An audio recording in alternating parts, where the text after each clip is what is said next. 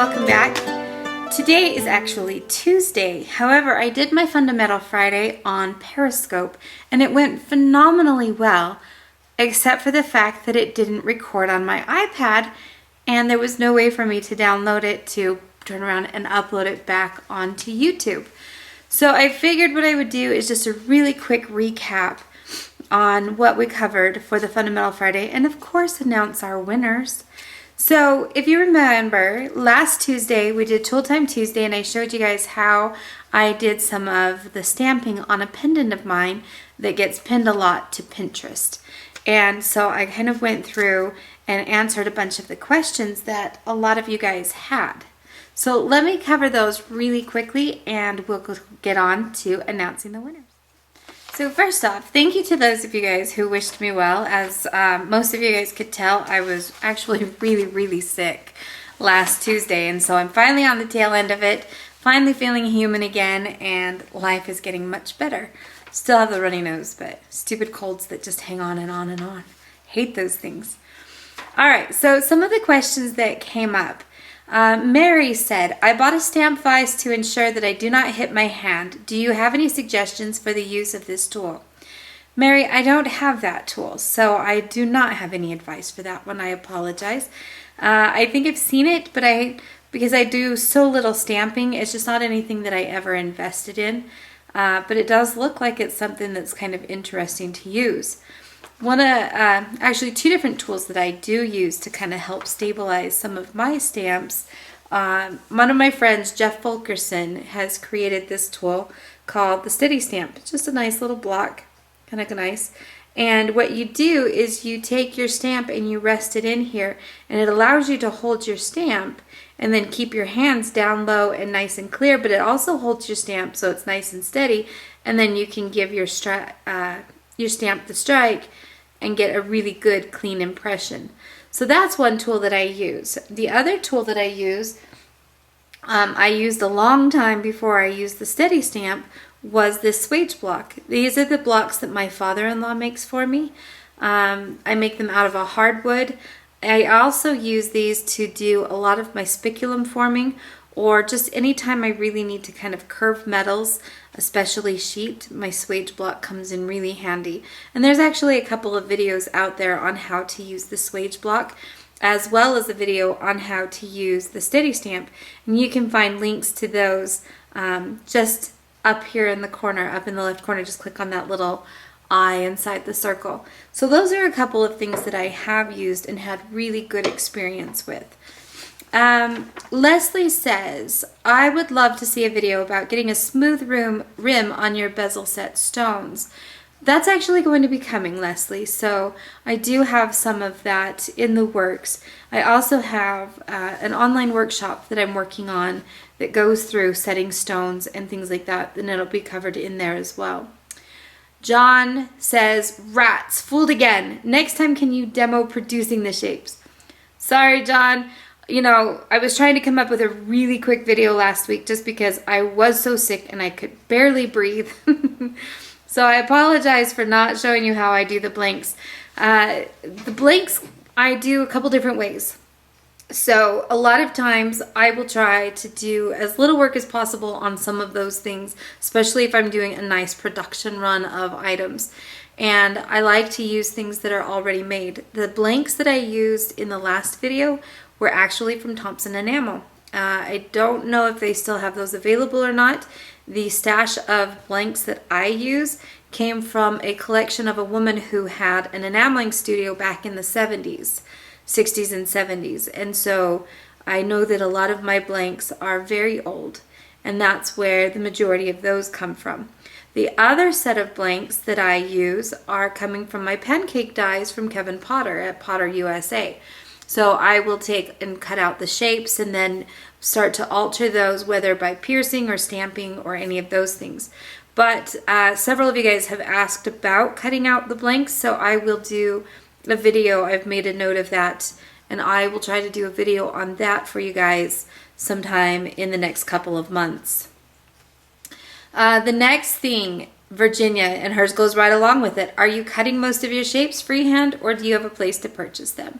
So, you know, there I kind of answered that as well. And Teresa says, I really need to find some place to get a good variety of blanks. Any suggestions? So it kind of depends on what you're looking for. Thompson enamel are meant obviously for enameling. Those are going to be much thicker.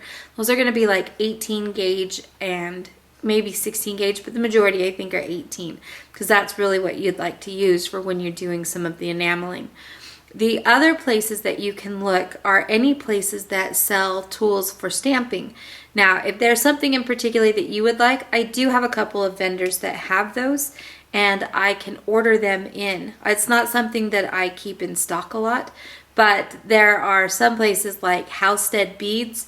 They are a wholesale place, so you do have kind of a minimum quantity that you'd have to purchase. There's also places like Beaducation. So they're not going to have any kind of minimum order that you have to do. There's, I believe Cool Tools may have some, but I'm not entirely positive. And like I said, I do have access to a limited amount of them. And if you guys are interested in doing that, maybe we could even put together a buy where you would put in your pre-order and then I would order everything. So that's something that we can kind of discuss if you guys are interested. The next one, A Tate. That's an awesome stamp and fairly big. Is it made for leather? And do you use any type of stamps on metal? No. I guess kind of to both of those questions. So is it made for leather? No, it is not. These are actually made for metal. And the difference between when you have a metal stamp versus a leather stamp, the leather is a much deeper stamp. Okay, because you are going to be sinking into the leather quite a bit, and when the leather is wet, when you're stamping leather, you kind of work with it wet. It actually takes on an impression very well of whatever's in there.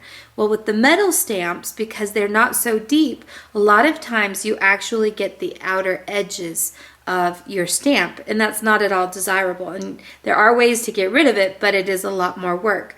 So there are different stamps for leather and for metal. In turn, I would probably not use my metal or my leather stamps on my metal.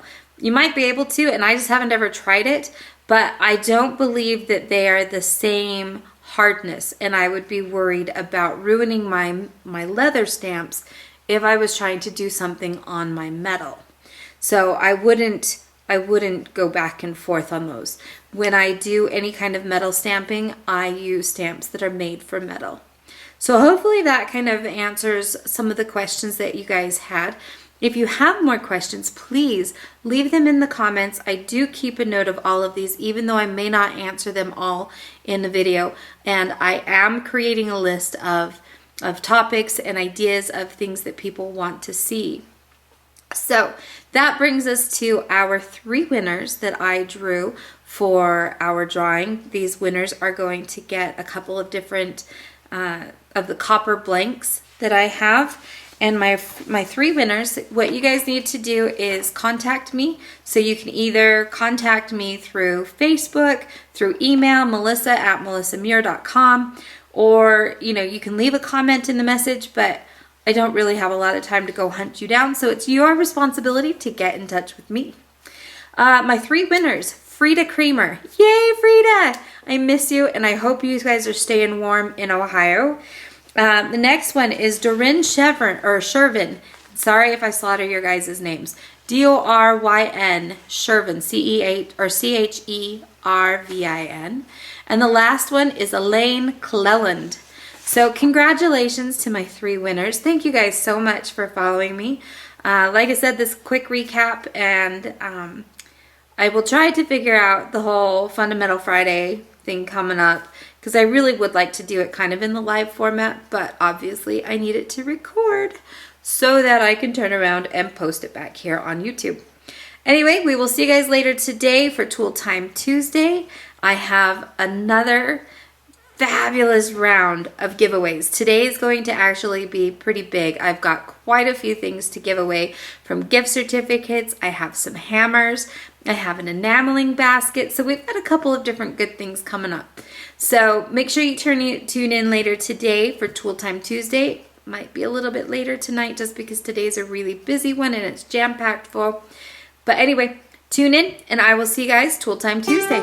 Have a good day.